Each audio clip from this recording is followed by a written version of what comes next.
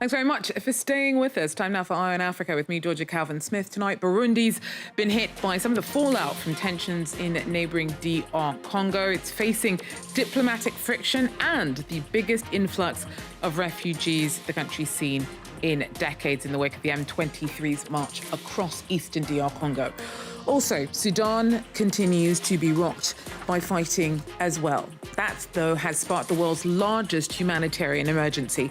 Our team reports from Atbara, their latest stop on their journey through a country where they've been finding those caught up in the midst of conflict.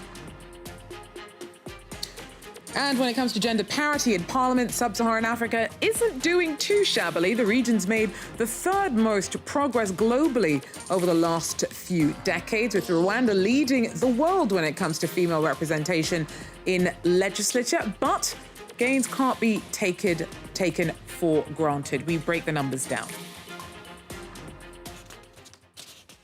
But first, despite Kinshasa's determination not to negotiate with the Rwanda-backed M23 rebels who've been seizing key cities in the country's east, on Tuesday, Angola said that it wants to try again to mediate between the combatants. Now, Luanda announced its plan to get Kinshasa and the M23 militia leaders around a table in the Angola capital in the near future.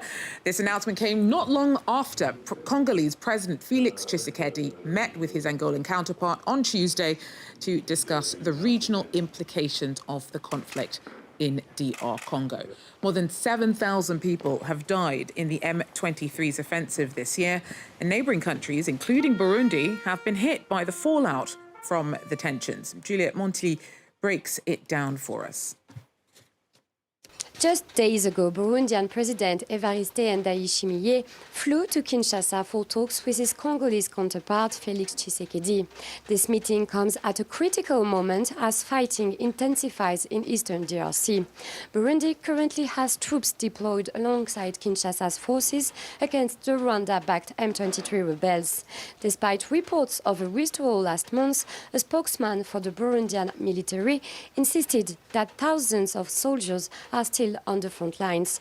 This is not a new presence. Burundi has had forces in the region for years, initially to hunt down Burundian rebels known as the Red Tabara.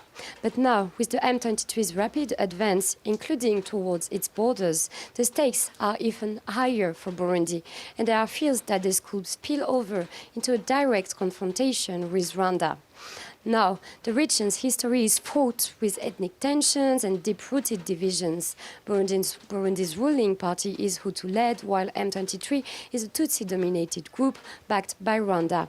Meanwhile, Burundi has long accused Kigali of meddling in its affairs, including allegedly supporting a failed coup in 2015. So with troops engaged in battles just miles apart, the risk of a regional conflict is real. All of this is happening as Burundi prepares for local elections in June. With economic strain, military losses and a worsening humanitarian crisis, the country may be heading into a period of serious instability. Juliette there giving us some insight into where Burundi stands in some of the tensions that have been caused by DR Congo's conflict. Burundi, though, has also been hit by the biggest influx of refugees that it's seen in decades. More than 63,000 have crossed over, and its aid setup is struggling to cope. Take a look. A few kilometers from the border with the DRC, thousands have found refuge in the Rugombo Stadium in Burundi after fleeing the war in the two Kivus. But living conditions are challenging. Life here is difficult. We're not used to living like this. We had houses in Kamanyola, but here we sleep in tents. We used to work on farms, but here there's nothing to do.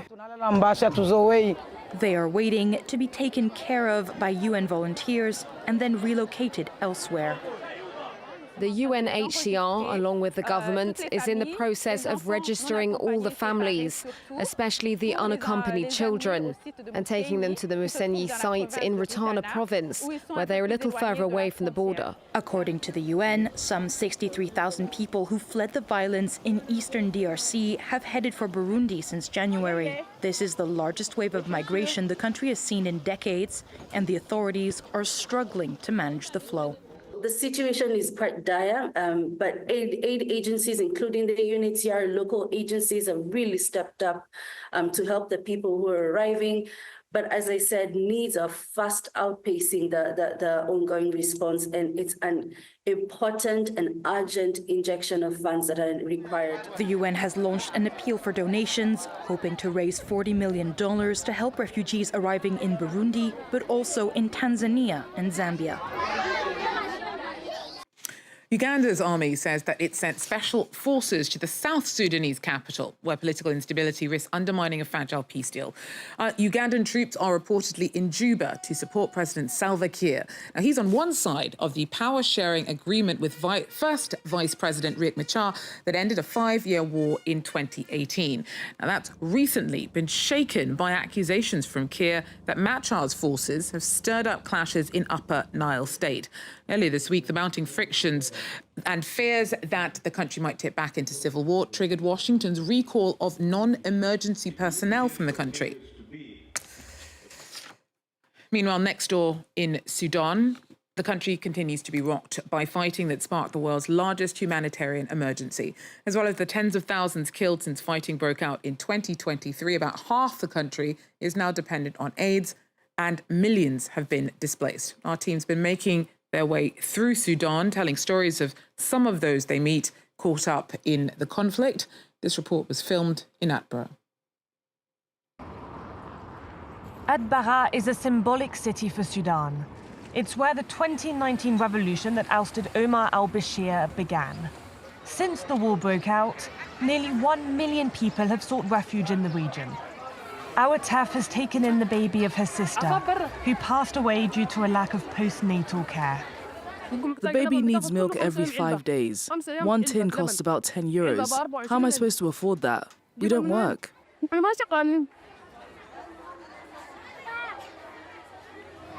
In this car park, hundreds of families are struggling to survive. No one is helping us. Everyone takes aid for themselves, leaving who behind? The poor refugees who have nothing and are living on the streets. Just across from the university, most of these vendors are from Khartoum. They're supported by locals. Before they were displaced, they weren't foreigners. They're our fellow countrymen. They're going through a tough time, and I hope God will improve things. At the start of the conflict, the Sudanese government set up some temporary camps, which have now become permanent. Abir coordinates humanitarian assistance and handles daily emergencies. This boy was hit by a motorbike. We're going to take you for an X-ray to check your leg. The local government is overwhelmed, but it's doing what it can to support these families. No city in Sudan was prepared to host so many displaced people. We're in a multicultural, cosmopolitan city. People are used to welcoming others. That's why Atbara has taken in the most displaced people. But Atbara may soon empty out. The army is advancing towards Khartoum, and the government has begun sending some displaced people back to their homes. And Mozambique's main opposition leader says that prosecutors questioned him for 10 hours straight without telling him why.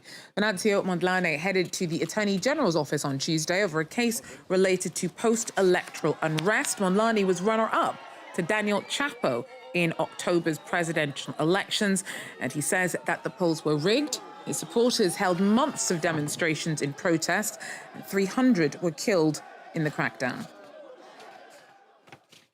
Now, when it comes to gender parity in Parliament, Sub-Saharan Africa isn't doing too badly. Over the last 30 years, it's upped its percentage of women in Parliament from 9.8% to 27%.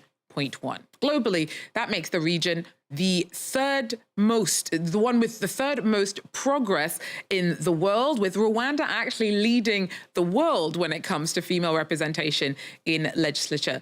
Now, to break down what's happening in sub-Saharan Africa when it comes to the push for parliamentary gender parity, I'm joined now by Martin Chungong from the IPU, which deals with the world's parliaments. Martin, thanks so much for making the time to talk us through all this. So first of all, I gave a bit of a sense of some of the findings with regard to sub-Saharan Africa, but what more can you tell us about what trends were revealed by the research that the IPU did into gender parity in parliaments across the world? Yeah, thank you very much, Georgia, for having me on this call. And I must say, and I want to commend sub-Saharan Africa for really making serious progress, great progress when it comes to women's parliamentary representation. And we see that it is the continent that has become very progressive in this regard. When we look at the countries, because our study covers a 30-year period, when we look at the global landscape, we'll see that those countries that used to be known for their gender credentials are now languishing in the lower ranks of women's political representation. Iceland, for instance, recorded a reduction in the percentage of women in parliament in elections last year. So we need to congratulate Africa on this, and I hope that this trend will continue. It is no mean feat. And I think that when we look at Africa and you look at North Africa, which is lumped together with the MENA region, the Middle East region, we see that that part of the continent is not doing very well. So there's a point that we can make, and that is we seem to have a bit of a technical difficulty there. We're gonna come out of the show for now, but before I do, we're gonna head to an exhibition right here in Paris, which has showcased wax, which can be seen everywhere throughout West Africa, but has a history that goes back much further than many realize. Take a look. Vibrant colors, geometric motifs, a complex history with many stories to tell, the iconic wax fabric is the guest of honor here at the Musée de l'Homme in Paris. Inspired by the traditional Indonesian batik, it has not only traveled across the world but also throughout the ages. It was first industrialized by the Dutch before being adopted, reinvented and popularized by several African countries into the cultural symbol it is today. However, while for some it remains a symbol of community and belonging, for others it is controversial. They believe it presents a stereotypical image of the continent while overshadowing other traditional fabrics. It's really become a vector of communication for public health, for politics, for religion, and artists are reusing it today to make it the medium they want. But it's also become a propaganda tool, and that's where its political role has become extremely ambiguous. Because we see a lot of presidents who have their portraits printed on wax every time there's a new election. It's a very good communication tool. Symbol of cultural identity and endless source of inspiration for artists and creators across the world, the wax has continuously evolved throughout time and space, effectively sealing its place as a fashion statement and historical emblem. Well, that's it for Eye on Africa for now. Thanks for joining us, though. We will be back. Join us then if you can. Till then, take care.